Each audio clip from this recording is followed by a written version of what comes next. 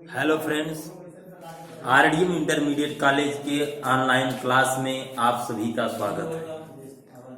अब तक आपने नरेशन के अंतर्गत जो कुछ भी पढ़ा उसमें आपने ये अब तक पर्सन को चेंज करना आप सीख चुके हैं और पर्सन को चेंज करने के बाद आप इसमें से दो चीजें महत्वपूर्ण चीजें अब तक सीखे हैं। एक तो अब तक आप लोगों ने सीखा है टेंस को चेंज करना और उसके बाद आपने सीखा पर्सन को चेंज करना। जहां तक टेंस को चेंज करने की बात होती है वहां उस टॉपिक पर हम अब तक पढ़ चुके हैं और जो स्टूडेंट्स अब तक इसके पिछले वीडियोज को नहीं पढ़ पाए हैं वो इस चैनल के डिस्क्रिप्शन में जाएं और वहां से आप सर्च करें और बाकी के जो वीडियोज हैं उनको पहले देख लें, उसके बाद इसे देखें, तभी यह समझ में आएगा। अब जहां तक टेंस को चेंज करने की बात होती है उसके बारे में मैंने बताया आप लोगों को, और इसी में अगर कुछ एग्जाम्पल्स के अंतर्गत कुछ ऐसी क्रियाएं होती हैं जिन क्रियाओं को जब हम नरेशन में डायरेक्ट से इनडायरेक्ट में परिवर्तित करते हैं तो उस दौरान उन क्रियाओं में, उन सहायक क्रियाओं में हम कोई परिवर्तन नहीं करते हैं और उनको ज्यों का त्यों रख देते हैं। उन सहायक क्रियाओं में जैसे आता है could, might, should, must, ought to, need not, इस प्रकार की जो कुछ ऐसी सहायक क्रियाएं होती हैं जिन सहायक क्रियाओं को मतलब कि रिपोर्टिंग स्पीच के पास्ट टेंस में होने पर भी उन क्रियाओं में हम किसी प्रकार का कोई परिवर्तन नहीं करते हैं। जैसे एग्जाम्पल के तौर पर अगर हम लेते हैं तो जैसे my brother said to me, my brother said to me, you must do your work. My brother said to me, you must do your work. अब इसको जैसे हमें इनडायरेक्ट में परिवर्तित करना है तो माई ब्रदर और सेड टू को हम बना देंगे told. My brother told me, double inverted comma को हटाकर हमने यहां दैट का प्रयोग किया, दैट। अब यू मित्रों सेकेंड पर्सन है, यू ऑब्जेक्ट से बदलेगा, ऑब्जेक्ट है मी, यू सब्जेक्टिव केस में है, मी का सब्जेक्टिव आई होता है। अगर पर्सन चेंज करने में किसी विद्यार्थी को अगर कोई समस्या हो रही है तो या किसी भी प्रकार की कोई झिझक है तो आप इसके चौथे पार्ट में नरेशन पार्ट 4 में आप जा सकते हैं। वहां से आप टेंस को मतलब पर्सन को चेंज करना भली भांति समझ सकते हैं। जैसा कि मैंने बताया मस्ट कोई परिवर्तन नहीं होगा, यू मी से बदलेगा तो ये पासेसिव में है, मी का पासेसिव माई हो जाएगा और यहां पर आया work. My brother told me that I must do my work. एक एग्जाम्पल और लेते हैं, जैसे Sita said to them, you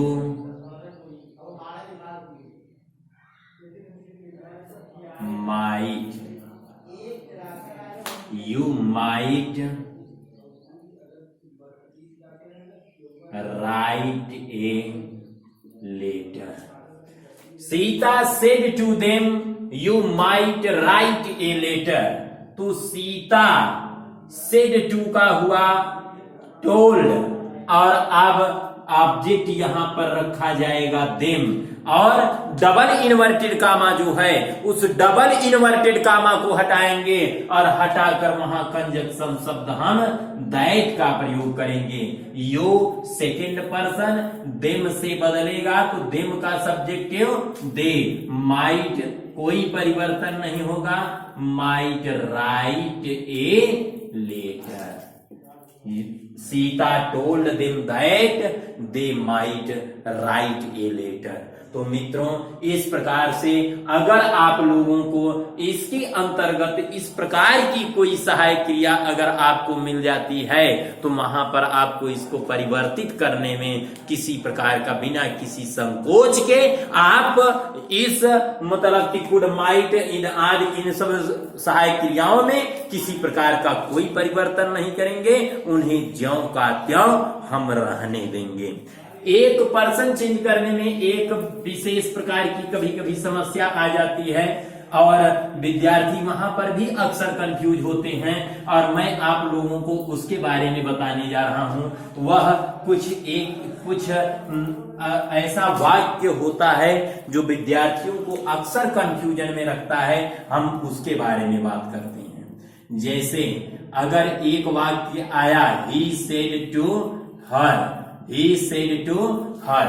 एक बात याद रखिए दोस्तों, मैं आप लोगों को बहुत साधारण बहुत सरल एग्जाम्पल दे रहा हूं ताकि आप आसानी से नरेशन को समझ सकें और उसके बाद नरेशन के बाद इन सब रूल्स को समझने के बाद हम आप लोगों से इस प्रकार की एक्सरसाइज जो होंगे वह एक्सरसाइज अच्छी एक्सरसाइज बढ़िया एक्सरसाइज हम इसको बाद में देखेंगे। फिलहाल अभी हम सभी रूल्स को देखते हैं, उनको चेंज करने के तरीके को समझते हैं और एकदम सरल वाक्यों में समझते हैं। कठिन वाक्य उसके बाद एक्सरसाइज के रूप में या हम हल करवाएंगे आप लोगों को, उसमें आप घबराने की आपको कोई आवश्यकता नहीं है।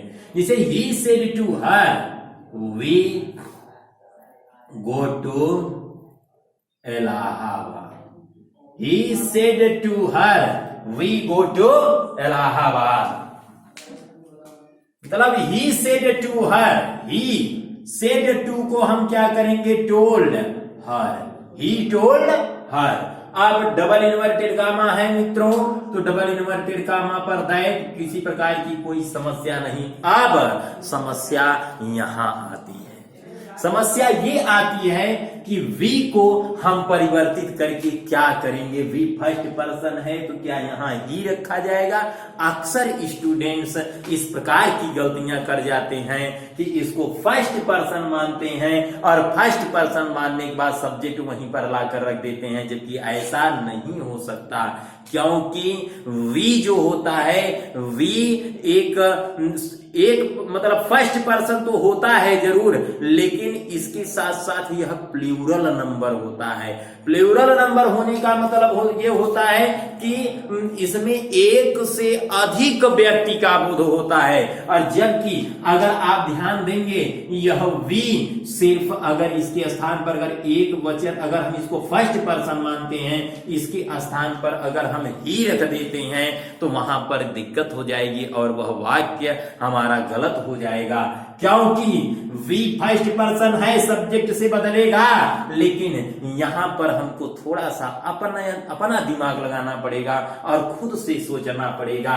अगर ही ने उससे कहा मतलब उसने उससे कहा वी गो टू इलाहाबाद, हम इलाहाबाद जाते हैं। अब हम इलाहाबाद जाते हैं, इसका मतलब इस हम में यह ही भी है और यह सी भी है, और यही कारण है कि यहां पर वी का प्रयोग किया गया है। अगर ही अकेला जाता तो वह वहां पर आई का प्रयोग किया जाता।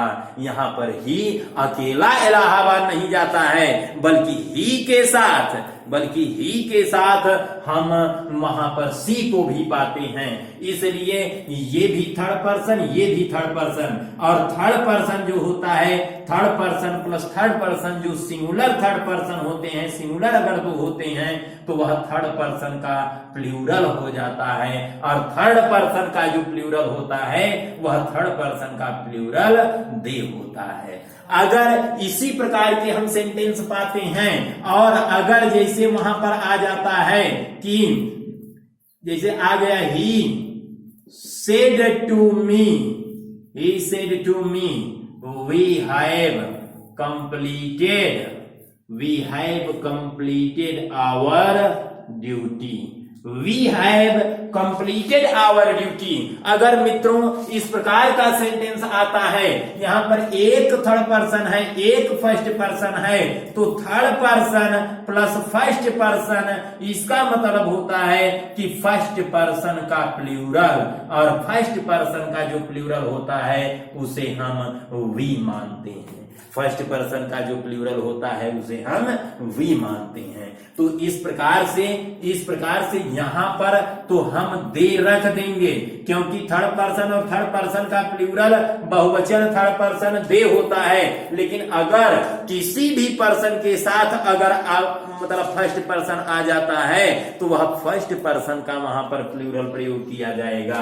दैट दे, गो मतलब प्रेजेंट इंडेफिनिट टेंस है, टेंस परिवर्तित कर दिया जाएगा और यहाँ क्रिया की दूसरी अवस्था आ जाएगी, क्योंकि गो का मतलब है प्रेजेंट इंडेफिनिट टेंस, और जबकि प्रेजेंट इंडेफिनिट टेंस को हम इनडायरेक्ट में पास्ट इंडेफिनिट टेंस में बदलते हैं। और पास्ट इंडेफिनिट टेंस में क्या होता है बंधुओं कि वहां पर पास्ट इंडेफिनिट टेंस में क्रिया की दूसरी अवस्था प्रयोग की जाती है। They went to Allahabad.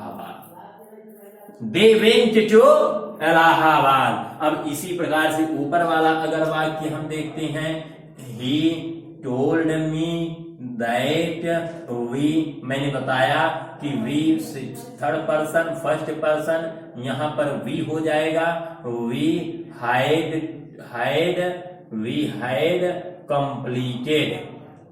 Had completed अब आवर ड्यूटी। यहां आप बिल्कुल परेशान न होइए, ये कतई मत सोचिए कि यहां पर पर्सन चेंज नहीं हुआ है, जबकि मैंने बताया कि अगर पर्सन चेंज करना है, चूंकि वी आया है तो वी का मतलब ये और ये साथ में जुड़े हुए हैं। अगर थर्ड पर्सन आता है तो थर्ड पर्सन का प्लूरल अर्थात दे प्रयोग किया जाएगा। अगर थर्ड पर्सन फर्स्ट पर्सन है तो फर्स्ट पर्सन का प्लूरल वी प्रयोग किया जाएगा। अगर फर्स्ट पर्सन के साथ सेकंड पर्सन है तब भी फर्स्ट पर्सन का प्लूरल प्रयोग किया जाएगा,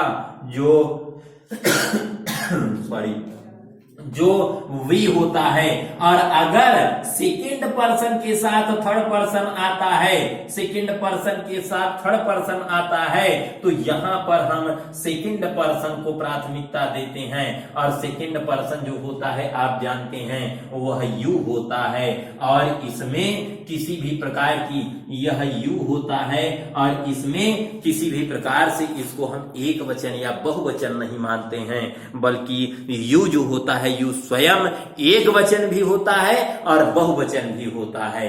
जैसे कि जो थर्ड पर्सन होता है, थर्ड पर्सन का एक वचन ही होता है और सी होता है। मित्रों एक बात मैं आपको और बताना पसंद करूंगा कि अंग्रेजी ग्रामर के अंतर्गत जो अंग्रेजी ग्रामर है, उस अंग्रेजी ग्रामर के अंतर्गत जो जेंडर की जहां तक बात होती है, वह जेंडर फर्स्ट पर्सन में जेंडर नहीं होता है।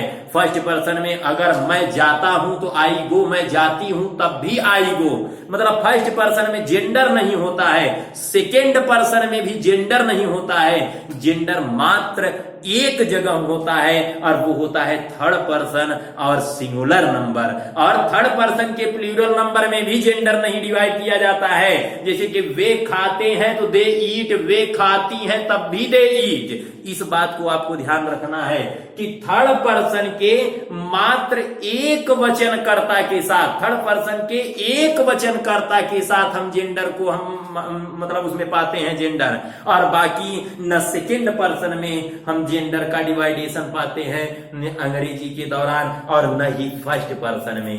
और उसके बाद यहां तक कि even we never find gender into plural number in third person. Third person के प्लूरल नंबर में भी हम जेंडर नहीं पाते हैं, वहां पर भी हम एक ही प्रयोग करते हैं। तो इस प्रकार से आप जानते हैं कि जो फर्स्ट पर्सन होता है, फर्स्ट पर्सन थर्ड मतलब कि थर्ड पर्सन में जो एक वचन होता है, एक वचन थर्ड पर्सन में वह ही और सी होता है। और बहुवचन में क्या होता है, बहुवचन में एक वचन जो होता है वह एक वचन आई होता है। और जबकि जो बहुवचन होता है, बहुवचन जिसको हम प्लूरल नंबर कहते हैं, जो बहुवचन होता है वह बहुवचन वी होता है।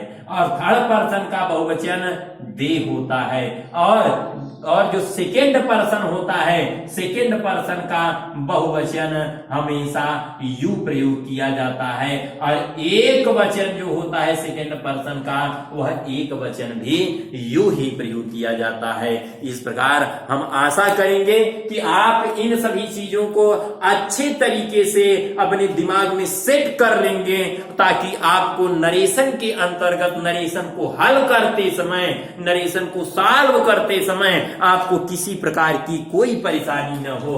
इस जो वी आता है, इस वी के मैटर पर आप पूरी तरह ध्यान रखेंगे और कहां किस प्रकार से परिवर्तित करना है, कहां कौन सा परिवर्तन करना है, इन चीजों को आप आसानी से अपने दिमाग में, इन चीजों को दिमाग में रख सकते हैं। और नरेशन के अंतर्गत इतना जानने के बाद अगले रूल के बारे में हम जानते हैं। असर्टिव सेंटेंस के अंतर्गत कुछ रूल्स के अंतर्गत कुछ ऐसी गतिविधियां पाई जाती हैं, कुछ ऐसी गतिविधियां होती हैं जहां पर टेंस का परिवर्तन नहीं होता है। उस प्रकार की गतिविधियां जो होती हैं, अगर हम ध्यान से अगर उन चीजों के बारे में समझते हैं मित्रों, जैसे जानते हैं, जैसे अगर कहीं पर कोई सार्वभौमिक सत्य की बात हो जाए। सार्वभौमिक सत्य का मतलब होता है कि कोई ऐसा सत्य जो युग युगांतर से वह सच्चाई पर वह चल रहा हो और आज तक वह एकदम उसी अवस्था में हो, वह तब भी सत्य था, आज भी सत्य है।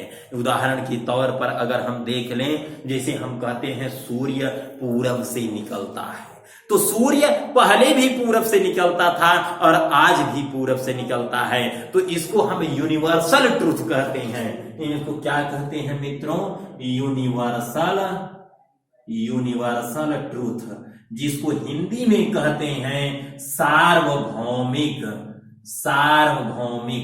सत्य।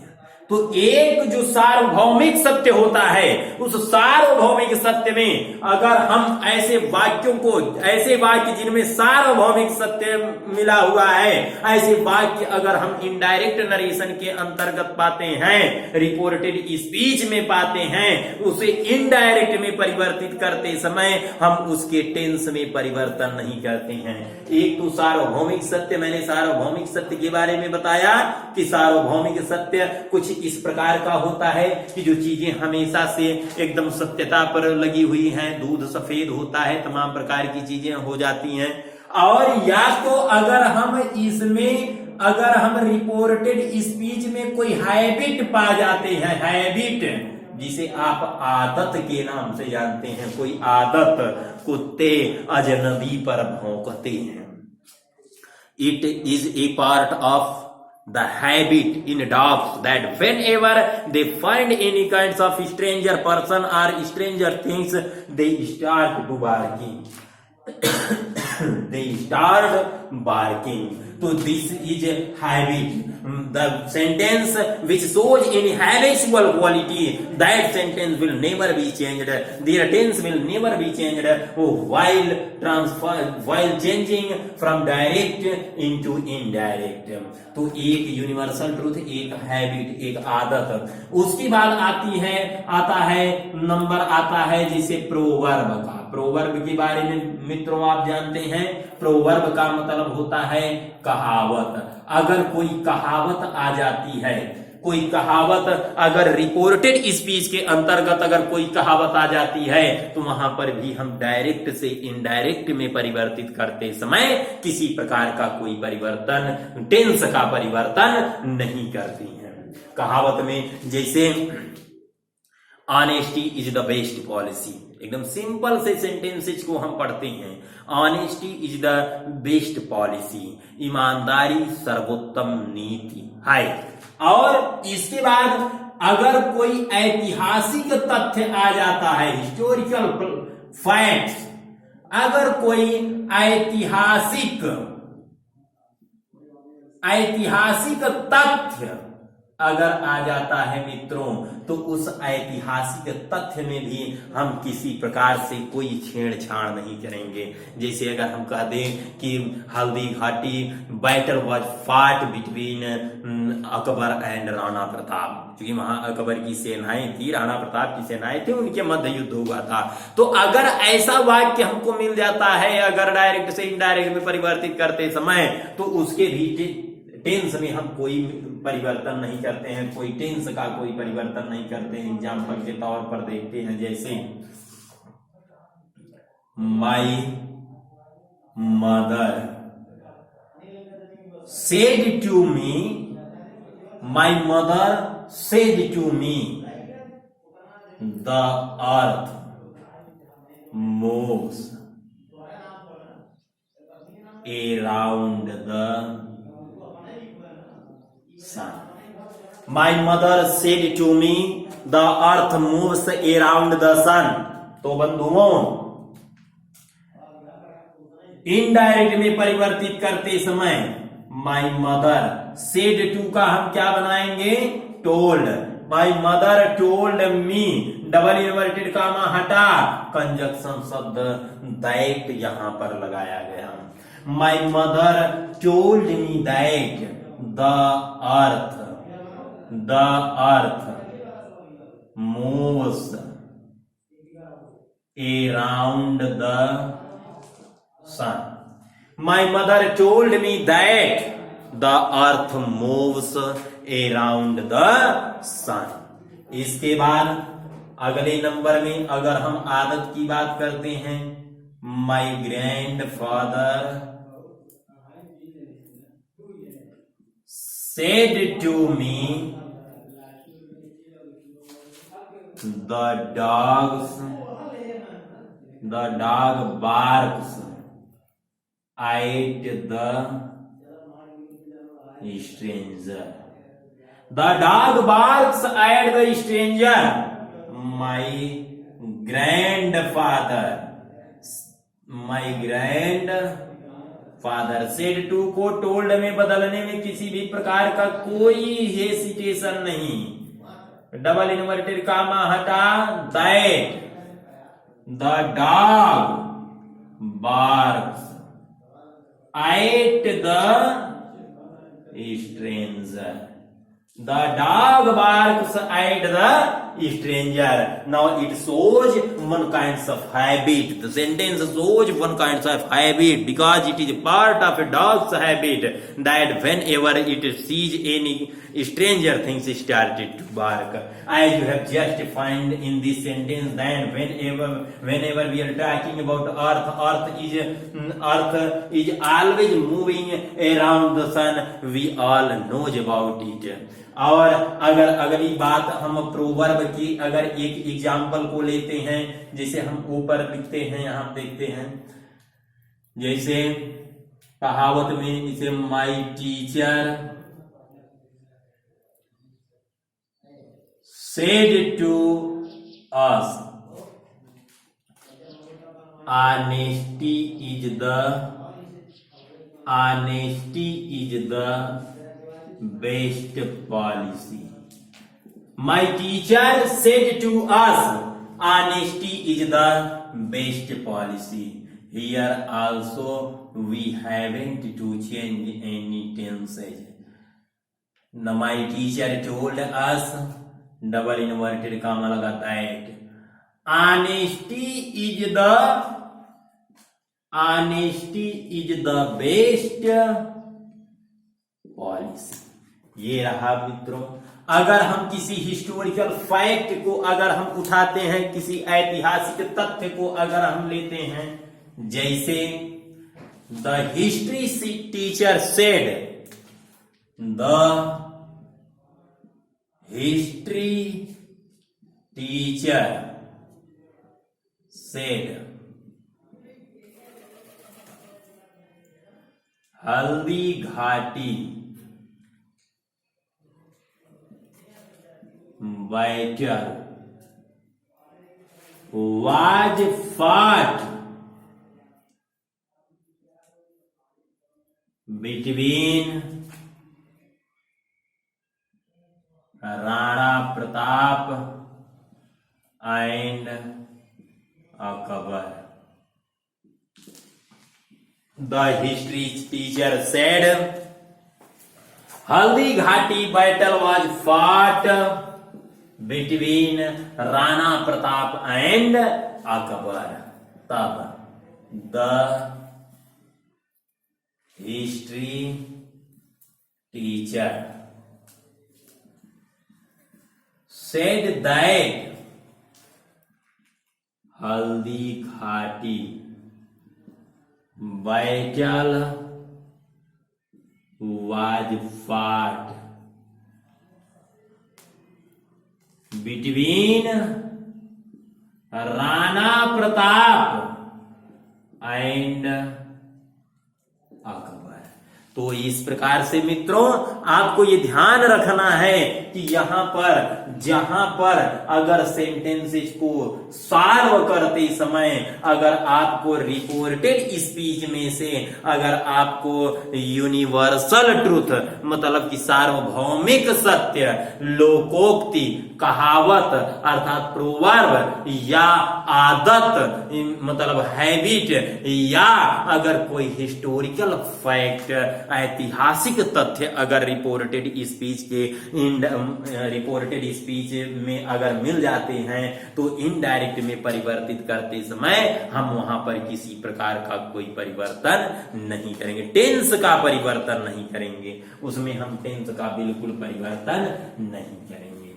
और इसके बाद मित्रों ये हमें जानना है कि कुछ ऐसे पार्ट्स ऑफ स्पीच भी होते हैं जिन पार्ट्स ऑफ स्पीचेस में भी परिवर्तन किया जाता है और वो हम अभी अभी आपको बताने जा रहे हैं। जैसे कुछ पार्ट्स ऑफ स्पीच ऐसे होते हैं जो डायरेक्ट में दूसरे होते हैं और जबकि इनडायरेक्ट में इनको परिवर्तित किया जाता है। जैसे नाव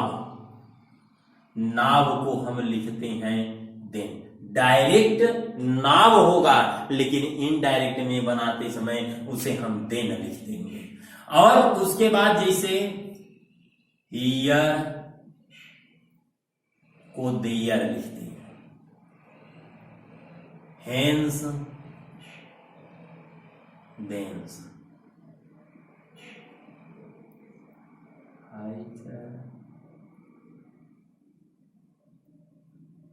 इधर जिधर, और टुमारो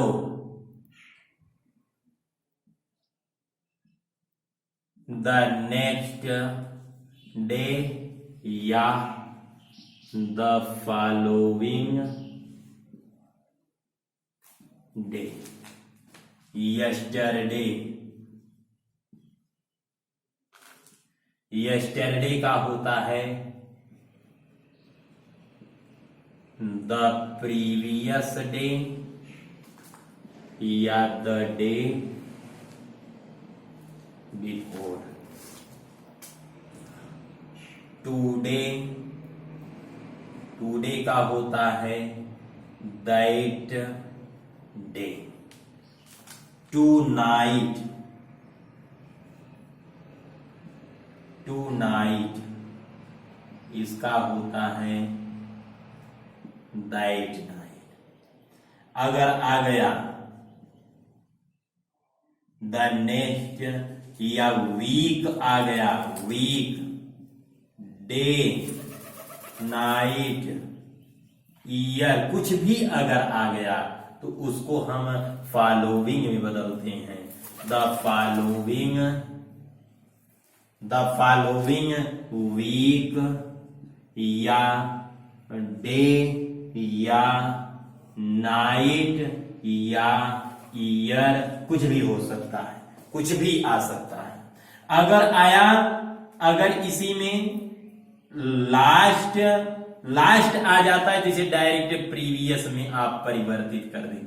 जैसे आ जाता है कभी कभी last week, last month, last year, last कुछ भी अगर आ गया, जो कुछ भी आ गया, लास्ट डे, तो वहां सिर्फ लास्ट की जगह पर हम प्रीवियस रख देंगे। जिस प्रकार से नेक्स्ट की जगह पर हम ठीक फॉलोइंग का प्रयोग किए हैं, ठीक उसी प्रकार से हम लास्ट की जगह हम प्रीवियस का प्रयोग करेंगे।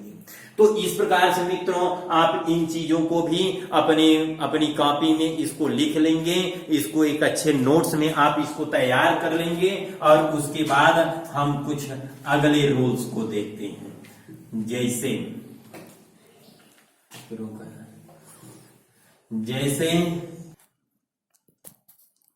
गोल करने का आएगी वो बातें, तो हम इसका एग्जाम्पल देखते हैं। जैसे हम जो अभी अभी हमने पैराग्राफ स्पीच को चेंज करना सीखा है उसका हम एग्जाम्पल देखते हैं। एक दो एग्जाम्पल देख लेते हैं, फिर आगे के बारे में विचार करते हैं। जैसे my friend said to me, my friend said to me I shall hit six today. My friend said to me, I shall hit six today. अब यहां पर आया my friend, said to का हुआ मित्रों told, अब यहां me, डबल इन्वर्टेड कामा हटेगा, दैट का प्रयोग होगा।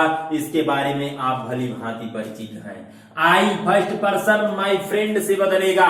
माई फ्रेंड मतलब ये कोई एक सिंगुलर नंबर नाउन है, तो सिंगुलर नंबर नाउन के लिए हम हमेशा ही का प्रयोग करते हैं।